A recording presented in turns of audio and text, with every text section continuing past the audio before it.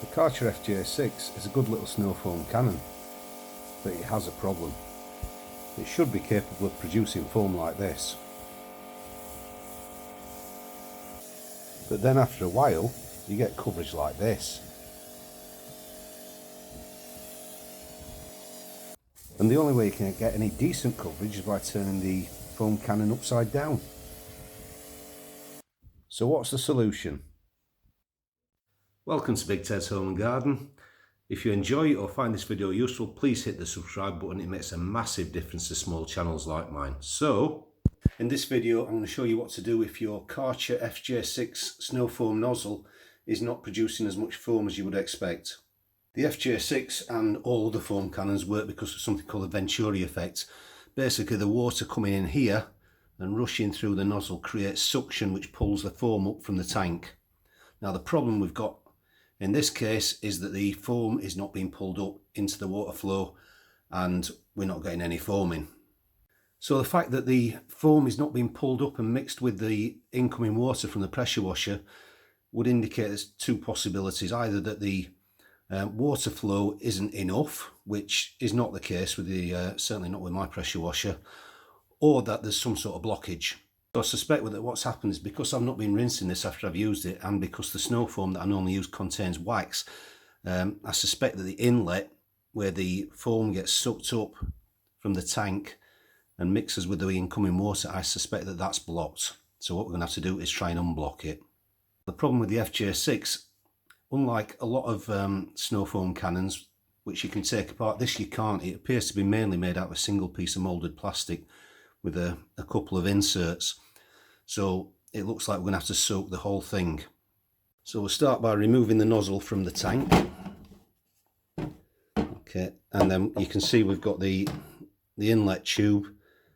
I'm going to take that off. It just slides off, right, and I suspect the blockage we've got is down here somewhere. So to try to unblock the nozzle, I'm going to use a mild acid solution. It's going to be a solution of citric acid, which you can buy easily on eBay. I'll put a link in the description. And I'm going to use the same concentration as I would to descale a kettle. So that's 1 tablespoon per half litre of water. So there's 1 tablespoon. And there's a second one. Then we're going to add 1 litre of warm water. So that's 500 millilitres or just under a pint. And that's a litre. Just give it a quick stir to make sure it's all mixed in. And then I'm going to insert the foam nozzle and make sure that it's fully submerged.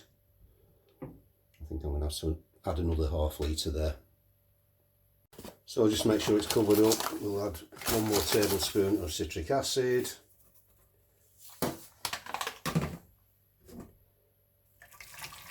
And another half litre of warm water. And what we'll do now is we'll leave that for half an hour or so. Then I'm going to cover it up just so the cat doesn't decide to try and drink any of it. Though it looks like she's quite happy sat on top of the radiator. So it's had about half an hour. I've flipped it a couple of times, the spoon, just to let any air bubbles out. See, there's one just popped up there. So I'm going to take it out, put it back together again, and we'll test it.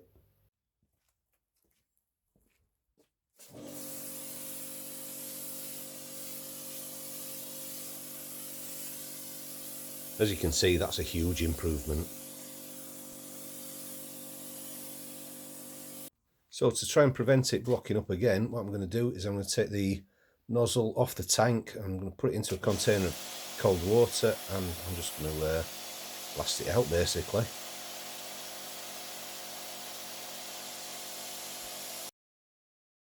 So I do hope you found this video useful. If you have, please leave a thumbs up. If you've got any questions at all, leave a comment below, and don't forget to subscribe to Big Ted's Home and Garden. We'll see you soon.